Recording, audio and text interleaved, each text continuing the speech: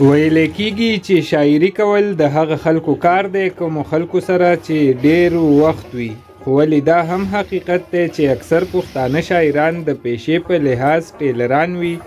او ټیلري داسې کسب دی چې د نورو کارونو دپاره پکې ډېر لږ وخت میلاویږي.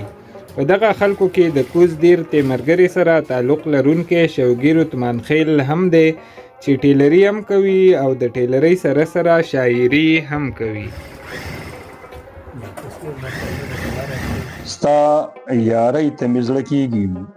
شاعرۍ ته مې زړه کېږي، ښې مستۍ ته مې زړه کېږي، موسیقۍ ته مې زړه کېږي، د دې خپلې پښتونخوا نه قربانۍ ته مې زړه کېږي، د دې ځینې ازادۍ نه غلامۍ ته مې زړه کېږي، د شیخانو سره ګرځم خو پیالۍ ته مې زړه کېږي، که غریب یم شوګیره خو سیالۍ ته مې زړه کېږي.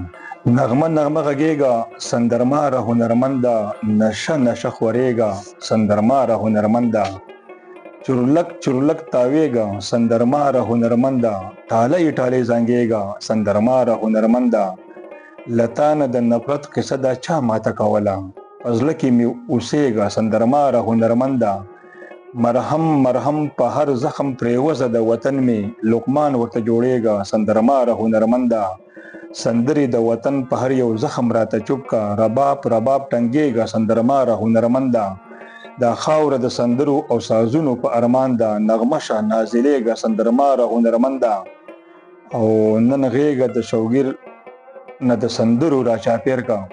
نن غېږه د شوګیر نه د سندرو را چاپېر کا، په پن کې یې ټوکېږه سندرماره هنرمنده. ته دلته کښېنه زه ورځم تا له ګلاب راوړمه، د پښتونخوا د سور سپرلي تاله جواب راوړمه، دغه دی لاړمه د ژوند اصل رکاب راوړمه، پښتنو تاسو له د ژوند یو نوی باب راوړمه،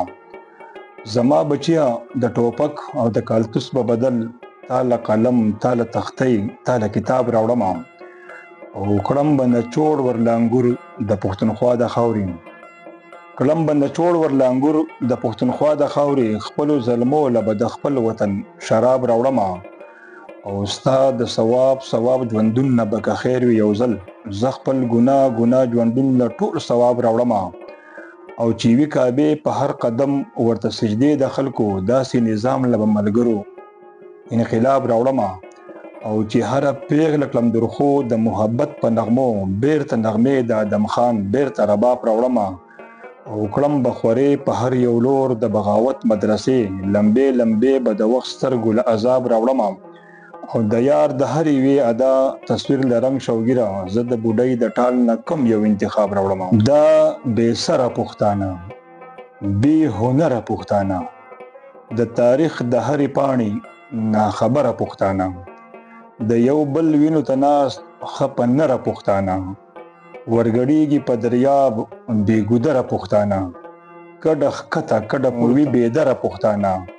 دوزخي دی ګناهګار په سندره پښتانه، لکه اوښ دی بې مهاره بې لښکره پښتانه،